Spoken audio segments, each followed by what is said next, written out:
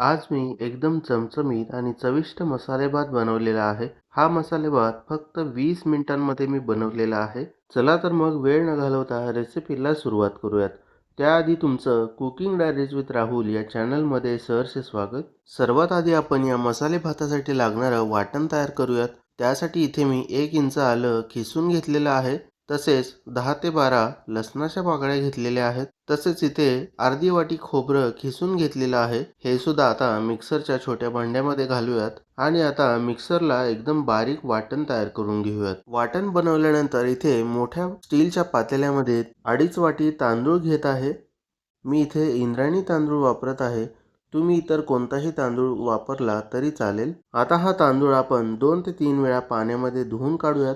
धुवून झाल्यानंतर 5 ते 10 मिनिट हा तांदूळ आपण पाण्यामध्ये बुडवून ठेवूयात. तोपर्यंत आपण मसाले भातासाठी लागणारी फोडणी तयार करूयात.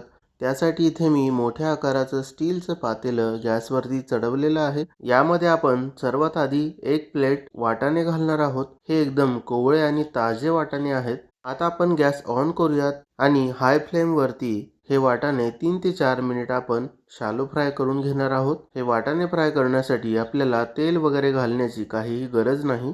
या वाटाण्यांवरती हलके काळे डाग पडायला सुरुवात होईपर्यंत आपण हे वाटाणे फ्राय करून घेणार आहोत. 3 ते 4 मिनिटानंतर तुम्ही इथे पाहू शकता वाटाण्यांवरती आता डाग दिसायला लागलेले आहेत. आता गॅसची फ्लेम बंद करूयात आणि हे वाटाणे एका प्लेटमध्ये काढून घेऊयात. वाटाणे काढून झाल्यानंतर त्याच भांड्यामध्ये आता आपण 2 ते 3 चमचे तेल घेऊयात. तेल गरम झाल्यानंतर सर्वात आधी 1 चमचा जिरे तेलामध्ये घालूयात. जिरे तडतडल्यानंतर इथे मी 4 काळी मिरी, थोडी दालचिनी, 2 लवंग, 1 चक्री फुलाचा तुकडा आणि तमालपत्र घेतलेला आहे.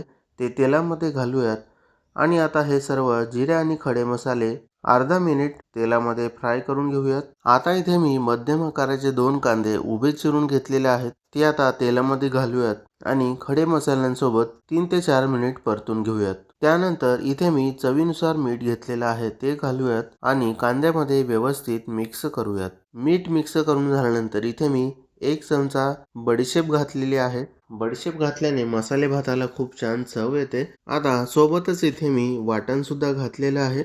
आता बडीशेप आणि आलं लसूण खोबऱ्याचं वाटण कांद्यामध्ये व्यवस्थित मिक्स करूयात आणि 2 मिनिट परतून घेऊयात. 2 मिनिट परतून घेतल्यानंतर अर्धा चमचा हळद घातलेली आहे.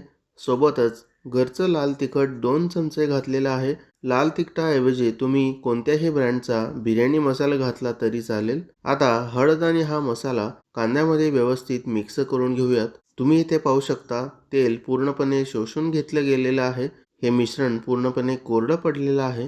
त्यामुळे आता आपण थोडंसं किंचित पाणी घालूयात. पाणी घातल्याने मसाले जळणार नाहीत आणि व्यवस्थित कांद्यामध्ये मिक्स होतील. आता भाजून घेतलेले वाटाणे मसाल्यामध्ये घालायचे आहेत. या वाटाण्यांसोबतच इथे मी अर्धी वाटी शेंगदाणे घेतलेले आहेत ते घालूयात. तुम्हाला जर मसाले भातामध्ये शेंगदाणे आवडत नसतील तर तुम्ही घातले नाही तरी चालेल. या शेंगदाण्यांच्या जागी तुम्ही बटाटा सुद्धा या मसाले भातामध्ये घालू शकता. आता हे वाटाणे आणि शेंगदाणे मसाल्यामध्ये व्यवस्थित 2 ते 3 मिनिट मिक्स करून घेऊयात. मिक्स करून झाल्यानंतर तांदळामधलं सर्व पाणी काढून हे तांदूळ मिश्रणामध्ये घालूयात. आता हे तांदूळ मिक्स करून घेऊयात. 1 ते 2 मिनिट हे तांदूळ मसाल्यांमध्ये व्यवस्थित मिक्स करून घ्यायचे आहेत.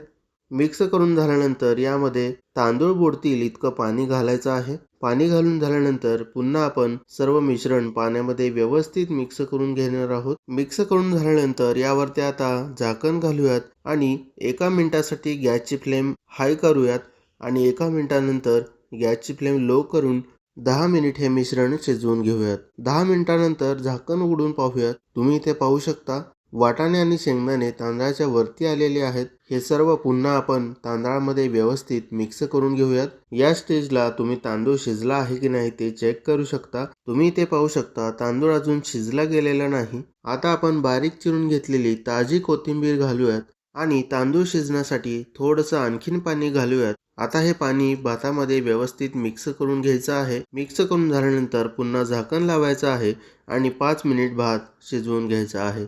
5 मिनिटानंतर तुम्ही इथे पाहू शकता आपला चमचमीत चविष्ट मसाले भात तयार आहे. आता ताटामध्ये हा गरमागरम भात वाढून घ्यायचा आहे.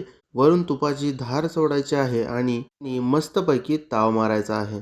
तुम्हाला ही रेसिपी कशी वाटली ते कमेंट करून सांगा. रेसिपी आवडल्यास चॅनलला सबस्क्राईब करा. भेटूयात अशाच एका नवीन रेसिपीसोबत. धन्यवाद.